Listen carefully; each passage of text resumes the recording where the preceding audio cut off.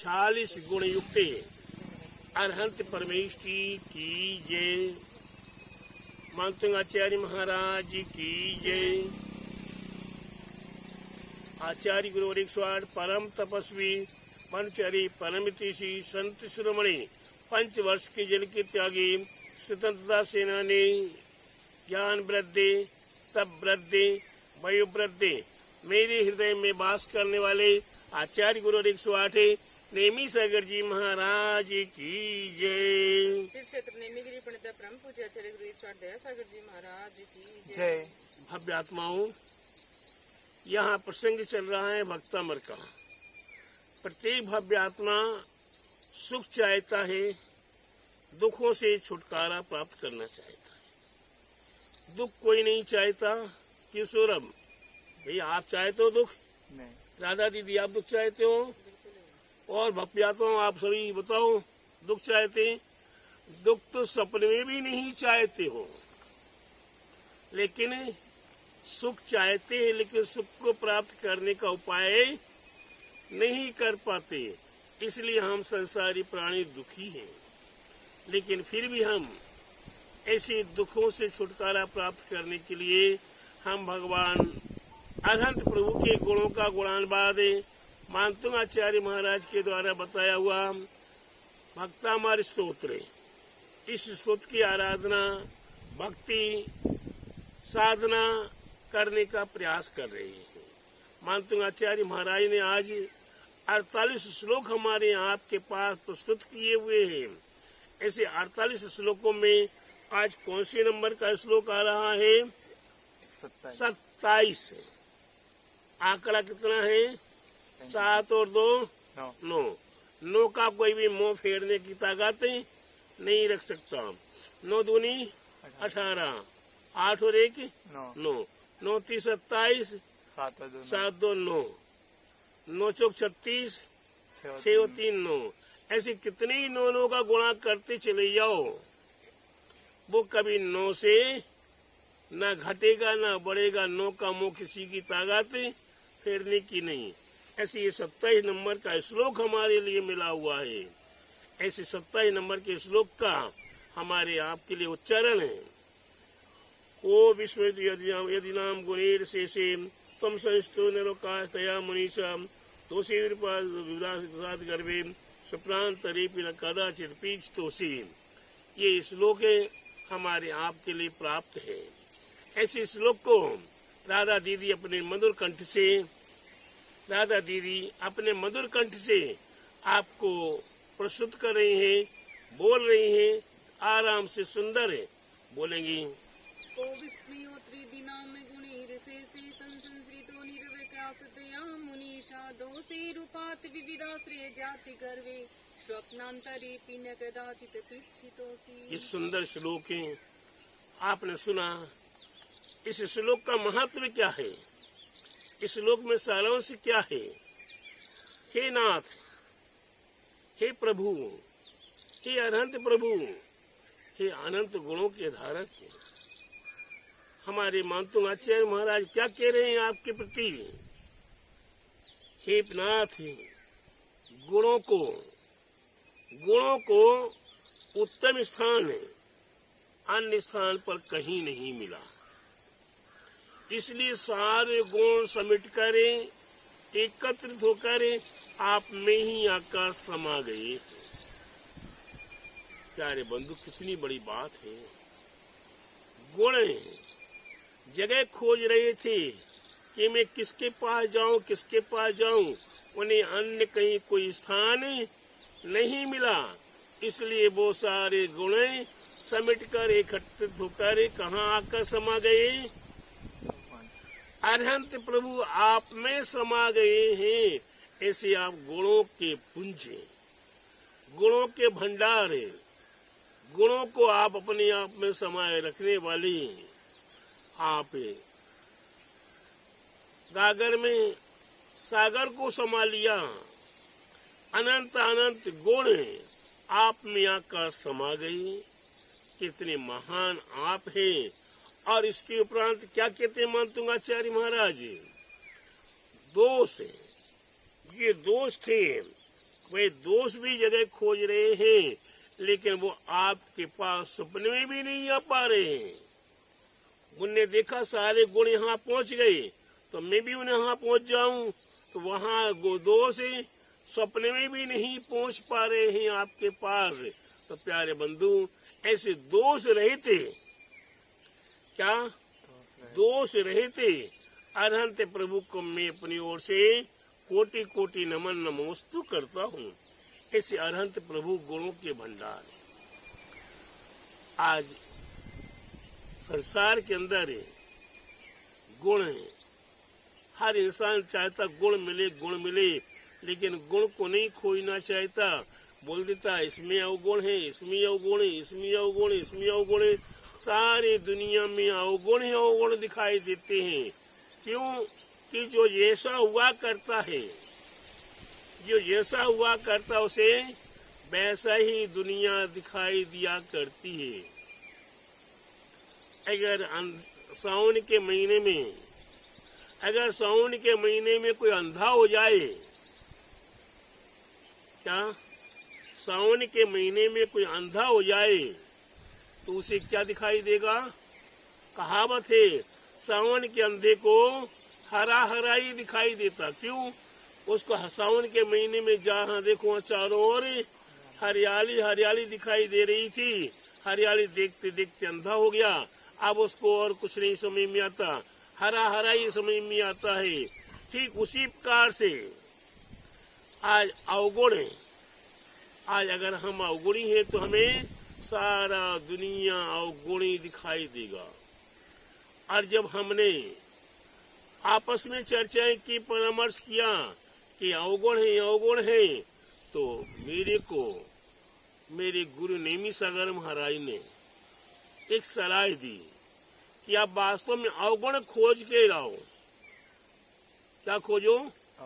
अवगुण खोजो। संपूर्ण अवगुणों से भरपूर हो, उसे मेरे पास लाओ। ठीक है भाई, मैं अवगुणों को खोजने के लिए निकल गया। जब चलते चलते देखता हूँ ये वस्तु, इसमें ये अवगुण है, ये अवगुण है, ये अवगुण है, ये अवगुण है। अंत में एक गुण निकल आता है। फिर अवगुण ही नहीं कह सकते उसे, गुणमान है। एक गुण भी है तो गुणमान। ऐसा सारा जगत संसार में देखते देखते अवगुण दिखाई नहीं दे रहा। अंत में दिखाई देता है कि विष्ठा पड़ी हुई है।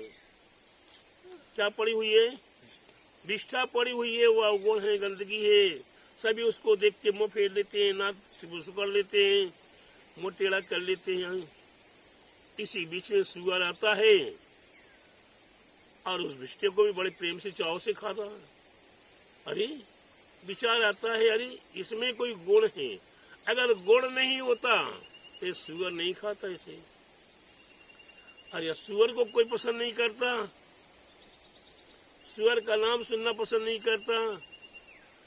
अंत में देखा, अरे सुअर में, इस सुअर में भी गुण है। क्या है? सुअर में भी गुण है कि वो सारे कीचड़ गंदगी को भी साफ कर देते हैं, मल को साफ कर देते हैं। इसके उपरांत उस सुअर के बाल निकलते हैं, कंबल बन जाते हैं। और सुअर से तेल निकलता है, लाखों करोड़ों रुपए कीमती होती है। आदि सुअर में भी गुण मिल गए। अंत में देखते कि सुअर की विष्ठा है, वो गंदगी है। धीरे धीरे उसको गंदगी देखते देखते देखते एक किसान आता है और उसे भी उठा के लेकर खेत में डाल देता है। भाई किसान से पूछो, भाई क्यों? ये तो बहुत गंदी चीज है, अवगुण है, इसमें कुछ नहीं है गुण है। वो किसान कहता है कि ये खेत में हम 10 टाली खाद डालेंगे गोबर का, और ये 2 किलो भी डाल देंगे, हमारा खेत की फसल अच्छी आ जाएगी। तो बताइए, उस समय में अवगुण है नहीं, है गुण है। अंत में जाके विचार करते हैं हमारे आदमी से नीतिकार कहते हैं, बुरा जो देखने को चला, बुरा न देखा कोई, और ज्यों दिल खोजा आपना, तो मुझसे बुरा न कोई। तो सारे संसार में हम स्वयं बुरे हैं, इसलिए हमें दुनिया सारी बुरी दिखाई दे रही है। प्यारे बंधु, हमें बुरा देखना ही नहीं है, हम एक एक गुण को भी प्राप्त करने के लिए लालायित हैं। हमें सुअर से गुण मिल जाए, हमें कुत्ते से गुण मिल जाए, हमें शेर से गुण मिल जाए, हमें कौवे से गुण मिल जाए, इनमें भी एक एक गुण छिपा हुआ है। क्या है? कौवे में भी गुण छिपा हुआ है, सुअर में गुण छिपा हुआ है। सुअर में क्या गुण है? शेर में क्या गुण है? प्यारे बंधु, शेर, अगर शेर की ओर चिंतन की ओर विचार करो तो वह हम मनुष्यों की अपेक्षा बहुत अच्छा है। मनुष्य साल में कितने दिन ब्रह्मचारी व्रत का पालन करता है, और शेर साल में केवल एक दिन ही मैथुन सेवन करता है। शेष दिनों का अपने आप ब्रह्मचारी व्रत का पालन करता है। कितना बड़ा गुण है। दूसरा गुण है शेर में, जहां वो सोता है, जहां रहता है, उस जमीन के नीचे धन संपत्ति हुआ करती। शेर में वह गुण है, शेर में वह गुण है कि वह कितने मांस भक्षी हो, कुछ भी हो, लेकिन उसे अगर कोई मारता है, वह पत्थर को या गोली को नहीं, लाठी को नहीं पकड़ता, वह मारने वाले को देखता है। तो प्यारे बंधु, उसे गुण है। इसी प्रकार और भी अनेकों गुण उसमें भरे हुए हैं। उसी प्रकार कुत्ते में गुण है।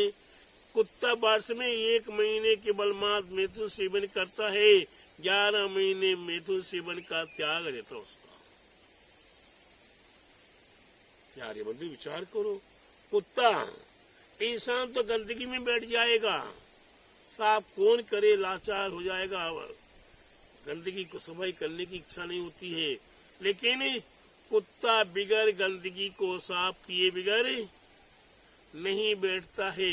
वो अपने पंजों से साफ करेगा, पूंछ से साफ करेगा, फिर उसके बाद ही नीचे बैठेगा। तो इस प्रकार से अनेकों गुण कौवे के अंदर। लकड़ी को काटने को, लकड़ी लेकर आता है और लोहे को काटने की सामर्थ्य रखता है। कौन? कौवा।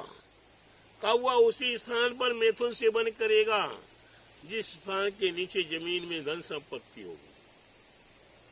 ऐसे अनेकों गुण छोटे छोटे गंदे गंदे तिरंचों में, जिन्हें दुनिया गंदा कहती है, मैं उनमें गुण दिख रहा हूँ। ऐसे गुणों को प्राप्त करने के लिए हमें प्रयास करते रहना चाहिए। और इंसान में तो गुण ही गुण भरे हैं। गुण देखे तो सही, हर जीव में, हर वस्तु में, हर पदार्थ में गुण छिपा हुआ है। ऐसे गुणों को प्राप्त करने के लिए हमें प्रयास करना है। और उन गुणों को प्राप्त करने का प्रयास करूं क्या? हमें तो आप अनंत जैसे प्रभु मिले हैं। अनंत गुणों को जिन्होंने अपने आप में संभाल लिया, ऐसे अनंत गुण के धारक प्रभु को अपने हृदय में बिठा ले। हम भी आज नहीं कल नहीं परसों अनंत गुणों के धारक बन जाएंगे। क्योंकि जो पारस है, ये चुम्बक से एक बार चिपकता है तो उसमें भी चुम्बक के गुण आने लगते हैं। क्या होता है? चुम्बक लोहा आपस में जब चिपकता है तो चुम्बक के गुण उस लोहे में आ जाते, निश्चित है। उसी प्रकार प्रभु में अनंत गुणों के धारक अनंत प्रभु से स्पर्श करूंगा, उन्हें अपने हृदय में बिठाऊंगा, तो मेरे पास भी गुण आना शुरू हो जाएंगे और धीरे धीरे अनंत गुणों के भंडार बन जाऊंगा। और संपूर्ण जो दोष है, अनादिकाल से हमने अपने पास सजो कर रखे हुए हैं, एकत्रित करके रखे हुए हैं, वो सारे दोष हमारे क्रमशः पलायमान हो जाए। ऐसी भावनाओं के साथ ये 27 नंबर के श्लोक की आराधना हमारे मानतुंग आचार्य के उपरांत भक्तामृत स्तोत्र पर रिसर्च किया, अनुभव किया और प्रैक्टिकल किया। किसने? सोमसेन आचार्य महाराज ने। हमारे सोमसेन आचार्य महाराज आपके लिए यंत्र दिखा रहे हैं, किस प्रकार से महान यंत्र है, किस प्रकार से महान यंत्र है, किस प्रकार से रिद्धि है, किस प्रकार से मंत्र है, किस प्रकार से अर्घ्य है। ये हमारे कौन बता रहे हैं? सोमसेन आचार्य महाराज। आप देखिए यंत्रराज को। यंत्रराज में क्या लिखा हुआ शुरू में? राधा दीदी श्लोक बोलेंगी। को विश्वयुत यदि नाम गुणेर शेषेश तुम संस्कृतो निरवकाशतया मुनीषा दोषे रूपात विविधा श्री जाति गर्वे स्वप्नांतरे पिन कदाचित दीक्षितोसि। इस प्रकार से ये श्लोक है, इस यंत्रराज में लिखा हुआ है। इसके साथ रिद्धि लिखी हुई है। ओम ह्रीम आढ़म नमो तत्तबानम जुरोम जुरोम नमः स्वाहा। ओम नमो भगवते सर्वासिताय सिद्धार्थ सिद्ध सुखाय ह्रीम क्रीम श्रीम नमः। मंत्र है ओम नमो चक्रेशु देवी चक्रधारिणी चक्रेन अनुकूलम सादा सादय शत्रुन उन्मूले उन्मूले घे घे स्वाहा। इस प्रकार से मंत्रराज है। इसके साथ अर्घ्य ओम ह्रीम सकल दोष विमुक्ताय क्लीं महावीयाक्ष सहिताय हृदयिताय श्री विशो जिनेन्द्राय नमः। जलादि आर्घ्यम नर्पयामि स्वाहा। इस प्रकार से ये यंत्रराज, ये रिद्धि, ये मंत्र, ये अर्घ्य हमारी आपके लिए साधना करने के लिए अवश्य बताया गया है। इसकी साधना करने से हमें क्या प्राप्त होगा? इसकी साधना करने से हमें क्या प्राप्त होगा? वह हमारे आचार्य हमें बताते हैं। वह हमें बताते हैं, क्या बताते हैं? मंत्र आराधना, मंत्र आराधना करते समय किसी प्रकार का कोई उपसर्ग न आए। मंत्र साधना करने पर कोई उपसर्ग न आए, कोई परेशानी न आए। ऐसे उपसर्ग के निवारण करने के लिए मंत्र आराधक के लिए मंत्र साधना अवश्य कर लेनी चाहिए। ऐसी साधना करने के लिए हमें प्रयास करना है और हमें अपने आप को संभालने का प्रयास करना है कि हम अपने जीवन को किस प्रकार से यंत्रराज की आराधना करें। हम यंत्रराज की आराधना लाल वस्त्र पहनकर, लाल आसन से और लाल माला से और दीप धूप जलाकर हम वास्तव में ये रिद्धि मंत्र की आराधना करें। रिद्धि मंत्र की आराधना करें। 21 दिन तक करें, 48 दिन तक करें, 108 दिन तक करें।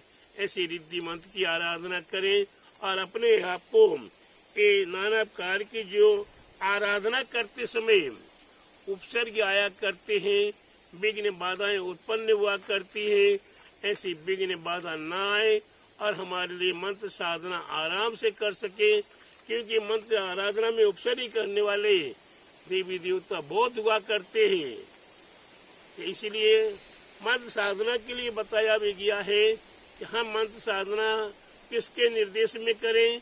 जिसने मंत्र की आराधना की हो, जिसने मंत्र की साधना की हो, जिनने मंत्रों के अपने आप में समाने का प्रयास किया हुआ हो। ऐसे मंत्र आराधना आदि करने का हमें निरंतर प्रयास करना है। ये हमारे मानतुंग आचार्य महाराज की परे सोमसेन आचार्य महाराज ने भक्तामर विधान की रचना की हुई है। उसमें ये रिद्धि मंत्र, अर्घ्य और हमारी यंत्र सोमसेन आचार्य महाराज ने तैयार किया। हम अपने मानतुंग आचार्य के साथ सोमसेन आचार्य महाराज जी को भी अपना उपकारी मानते हैं और ऐसे उपकारी में और विशेष उपकार में मानता हूँ अपने ऊपर है। पर्सनल मेरे ऊपर उपकार है। मेरे गुरु आचार्य परम तपस्वी आचार्य नेमी सागर जी महाराज, जिन आचार्य महाराज ने हमें ये भक्तमर की आराधना की प्रेरणा दी, भक्तमर की आराधना करने में मेरे को आगे बढ़ाने में सहयोग दिया और भक्तमर की आराधना साधना करके मैं अपने गुरु का उपकार है अपने आप में समाये हुए हूँ। ऐसे गुरु का उपकार हम अपने स्वीकार करते हैं। ऐसे गुरु नेमी सागर जी महाराज को, ऐसे अरहंत प्रभु जिनके पास 40 गुण हैं, तो सामान्य रूप से कहे जाते हैं और यहाँ इस श्लोक में बताया कि जी आपके पास तो कितने गुण हैं, अनंत गुण आप में आके समा गए हैं। ऐसे अनंत गुणों के धार अनंत प्रभु को आचार्य मानते हूँ। आचार्य महाराज को मैं कोटि कोटि नमोस्तु करता हूँ। बोले महावीर भगवान की जय, बोले द्वादशांग जिन वाणी माता की जय, बोले आचार्य गुरुवर 108 परम तपस्वी ब्रह्मचारी परम ऋषि संत शिरोमणि 5 वर्ष की जेल की त्यागी स्वतंत्रता सेनानी ज्ञान वृद्धि वैभव वृद्धि तपो वृद्धि आचार्य गुरुवर 108 नेमी सागर जी महाराज की जय। नेमीगिरी प्रणेता प्रभु जी आचार्य गुरुवर 108 सागर जी महाराज की जय।